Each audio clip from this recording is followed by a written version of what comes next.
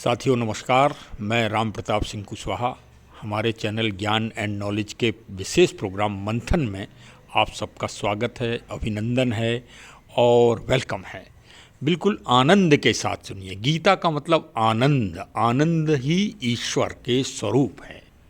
और साथ में आज प्रकृति का भी दृष्टिकोण सुनिए कि गीता वास्तव में प्रकृति संरक्षण व संवर्धन के लिए क्या हमको प्रेरणा देती है।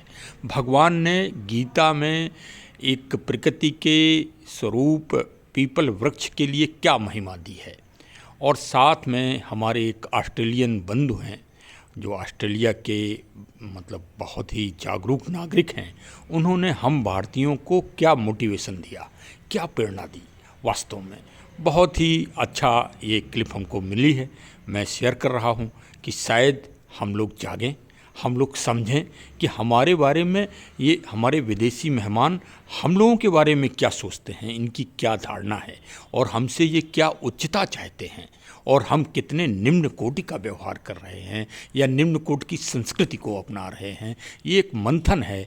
और मंथन मैं पहले भी कहता हूँ कि इस दुनिया की आबादी 8 अरब है। 8 अरब लोगों के विचार अलग अलग हैं। यही समुद्र मंथन है। समुद्र मंथन हुआ हो या ना हुआ हो, लेकिन प्रत्येक आदमी के दिमाग में मंथन अवश्य होता है। इस दुनिया में 2 ही विचारधाराएं हैं, एक नकारात्मक और एक सकारात्मक। सकारात्मकता का ही प्रतिनिधित्व करती है पावन गीता। और आज प्रकृति के दृष्टिकोण को भी आप देखिए, क्योंकि आगे भविष्य में जो दुनिया के सामने सबसे विकराल और भयंकर समस्या है, ना युद्ध है ना सांप्रदायिकता है, सबसे बड़ा अगर कोई समस्या है तो जलवायु परिवर्तन की समस्या आ रही है, जिसके लिए हमारे राष्ट्राध्यक्ष और हमारे उत्तरदायित्व गणमान्य व्यक्ति चुपचाप रहते हैं। लेकिन जागना पड़ेगा। और गीता में भगवान श्री कृष्ण जी एक पीपल के वृक्ष से हम लोगों को, मानवों को जगा रहे हैं। वही प्रेरणा है वास्तव में। सुनिए, आनंद आएगा। आज आपको ये जानकर बड़ा आश्चर्य होगा कि 18,000 बच्चे कुरुक्षेत्र में एक आवाज़ में श्री गीता जी का पाठ कर रहे हैं प्रातःकाल से। और 1 करोड़ जगह पूरी दुनिया में इसका आज गीता जी का आयोजन हो रहा है। तो आखिर क्या है इसमें गीता जी में? गीता जी में है, देखिए हम तो बहुत सरलता से ही समझाते हैं। गीता जी में है अर्जुन की जिज्ञासा। सिर्फ जिज्ञासा ही है। किसको? शाश्वत सत्य को जानने के लिए। क्या? कि ईश्वर क्या है, बस यही जानने के लिए 700 श्लोक हैं। और सबसे बड़ी जो प्रेरणा है, क्योंकि हमारा ब्लॉग या हमारा चैनल प्रकृति पर्यावरण संरक्षण के लिए ही समर्पित है और उसी का ही गुणगान करता है, तो आज पीपल देव के वृक्ष के आपको दर्शन कराएंगे और महिमा भी बताएंगे। देखिए, गीता का सबसे बड़ा संदेश ये है कि हे मानव, आंख बंद करके ईश्वर पर भी विश्वास मत करो, तर्क करो, तर्क। और तर्क से जब शाश्वत सत्य पाओ, शास्त्र को, कोई भी शास्त्र हो, जब उसमें शाश्वत सत्यता आप पाएँ तब उस पर विश्वास करें। यही है मंथन। समुद्र मंथन हुआ हो या ना हुआ हो, लेकिन 8 अरब आबादी जो है इस दुनिया की, 8 अरब मन और विचार आपस में समुद्र का मंथन करते ही रहते हैं। एक विचार दूसरे व्यक्ति के विचार से नहीं मिलता। यही गीता का संदेश है कि तर्क करो, कसौटी में कसो अर्जुन की तरह, और फिर विश्वास करो सत्य पर। देखिए, भगवान योगेश्वर श्री कृष्ण जी ने कहा है, अश्वत्था सर्ववृक्षाणा देवर्षिणा च नारद। मतलब वृक्षों में मैं पीपल का वृक्ष हूँ और मैं स्वयं पीपल वृक्ष का स्वरूप हूँ। बताइए, जब पीपल को अपना स्वरूप ही बता दिया तो उसमें अब संशय किस बात का? अरे, जहाँ आप पीपल वृक्ष लगाएंगे, समझ लीजिए भगवान को आपने स्थापित कर दिया। तो भाई 18,000 बच्चे श्री गीता जी का पाठ कर रहे हैं, ये तो बहुत ही दिव्य बात है। और 1 करोड़ जगह आयोजन हो रहा है, ये और भी अच्छी बात है। तो लेकिन उसके बदले में 10 करोड़ वृक्ष भी लगा डालिए पीपल के पूरी दुनिया में।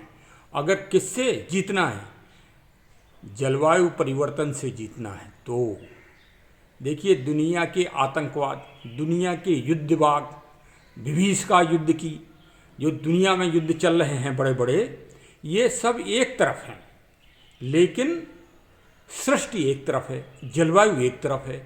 वो जलवायु अगर बिगड़ गई इस दुनिया की तो सब ये धराशायी रह जाएंगे। ना एक भी टेक्नोलॉजी काम आएगी जीवन में, ना कुछ काम आएगा। अब कोरोना देखिए फिर से भारत में आ रहा है, फैल रहा है, हाहाकार चालू हो रहा है, समाचार बुलेटिन चालू हो गए हैं। तो इन सब से अगर कोई लड़ेगा तो सिर्फ प्रकृति के शिव स्वरूप ये वृक्ष ही लड़ पाएंगे। इन वृक्षों को ही शिव का स्वरूप है। तभी भगवान प्रभु योगेश्वर कृष्ण जी ने उनको अपना स्वरूप बताया है और गीता में ये महान संदेश दिया है कि हे मानव, हम तो बचाएंगे, हम तो ईश्वर हैं, हम तो बचाएंगे तो हमारी बच्चे हो, मतलब मानव तो बच्चा है उनका, लेकिन बचोगे तभी जब प्रकृति का संरक्षण करोगे, पर्यावरण का संरक्षण करोगे, पीपल वृक्ष को लगाओगे, समझे साहब, नदियों को बचाओगे, प्रकृति संपदा को बचाओगे। तो यही सबसे बड़ा मौलिक श्री गीता जी का पावन संदेश है। तो चलिए, हमने तो भाई पीपल का पौधा लगा लिया है, अब आप लोग भी हर गांव में लगाइए, हर नगर में लगाइए, हर महानगरों के चौराहों पर लगाइए, पीपल से आच्छादित कर दीजिए इस भारत को, अगर आपको विश्व गुरु बनाना है तो।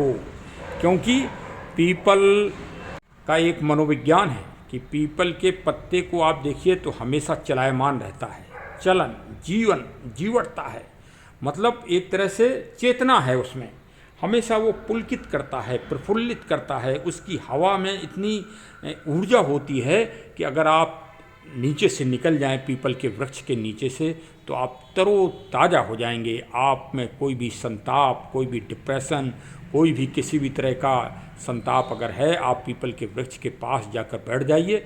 देखिए, अगर 10 मिनट में ना आपको आराम मिलने लगे, आपकी निराशा, आपका डिप्रेशन अगर ना दूर हो जाए, क्योंकि ऐसा दिव्य वृक्ष जो दिन और रात 24 घंटे हमको प्राणवायु ऑक्सीजन दे रहा है। अभी कोरोना में आपने देखा ऑक्सीजन की कैसी त्राह त्राह स्थिति पड़ गई दुनिया में। तो नेचुरल ऑक्सीजन को उत्सर्जन करना है। हाँ, जो जंगल हजारों हेक्टेयर में देंगे वो हमारे 10 पीपल के वृक्ष दे देंगे, इतनी ताकत है पीपल के वृक्ष में। तो चलिए साहब, पावन गीता जी की जयंती पर सबको हार्दिक शुभकामनाएं। वृक्ष जरूर लगा लीजिए।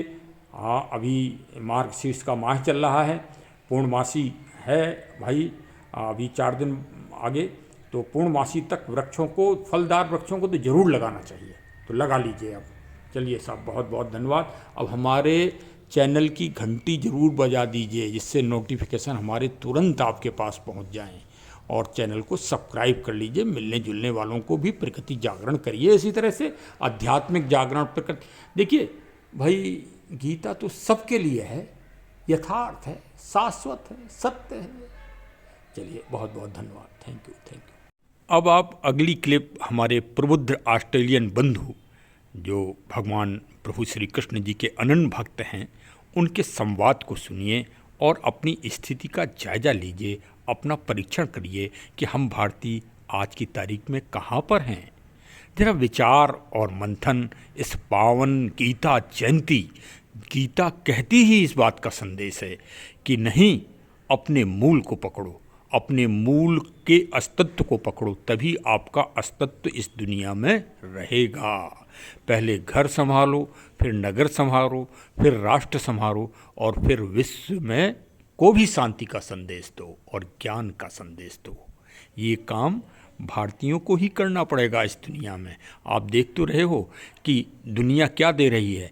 प्रथम विश्व युद्ध, सेकंड विश्व युद्ध, और वर्तमान में तो युद्ध तो चल ही रहे हैं चारों तरफ।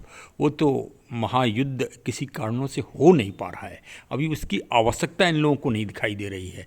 जब इन प्रबुद्ध राष्ट्राध्यक्षों को उसकी आवश्यकता भी दिखाई देगी तो ये करोड़ों नरसंहार कर देंगे एक बटन दबाते ही। उसको अगर कोई बचाएगा तो पावन प्रभु श्री कृष्ण जी का संदेश और ये पावन गीता की सकारात्मकता और शेष श्री रामचरितमानस का अमर ज्ञान। तो चलिए साहब, हमारे चैनल से ज़रूर जुड़े रहिए और अब ब्लॉग जरूर देख लीजिए। ऑस्ट्रेलिया पावन देश के प्रबुद्ध नागरिक जी ने आज गीता जयंती पर बहुत ही सारगर्भित बात कही। उन्होंने कहा कि बताइए, 7 समुद्र पार आज यहाँ पर गीता का अधिकांश लोग अध्ययन कर रहे हैं, पालन कर रहे हैं, और जो भारतीयों के बारे में टिप्पणी करता है, मैं उससे ये कहता हूँ कि मैं समझ गया कि आपने अभी तक गीता महान का अध्ययन व सिद्धांत को नहीं जाना, इस कारण आप टिप्पणी भारतीयों के ऊपर व्यक्त कर रहे हैं। जिस दिन आप गीता के शाश्वत सत्यता और यथार्थ को जान जाएंगे, उस दिन भगवान योगेश्वर कृष्ण का आशीर्वाद आपको मिल ही जाएगा।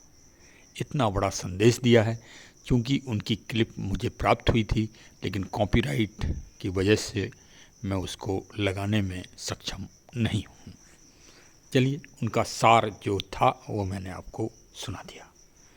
गीता वो है जो संदेश देती है कि हे मानो, तुम मेरे ही अंश के धारक हो। देखिए, अब गीता का छोटा सा सार समझ लीजिए, उसी में आप समझ जाएंगे कि शिष्य हैं अर्जुन और भगवान श्री कृष्ण जी हैं योगेश्वर सर्वेश्वर। तो एक तरफ शिष्य और दूसरी तरफ गुरु, आत्मा और परमात्मा का मिलन का संयोग ही है गीता जी की वाणी, और यही है महान संदेश गीता का। और दूसरा है साकार, जो गीता का साकार है, वो भगवान श्री कृष्ण जी का साकार रूप है, वो है पीपल देव जी का वृक्ष। तो अभी तक अगर आपने कहीं वृक्ष रोपित न किया हो या पीपल देव की पूजा और संरक्षण न किया हो, तो आज से जरूर करना चालू कर दीजिए। विश्व विजयी के लिए पीपल वृक्ष अवश्य लगाएं। जय हो भगवान योगेश्वर जी की। जय हिंद, जय हिंद, जय हिंद।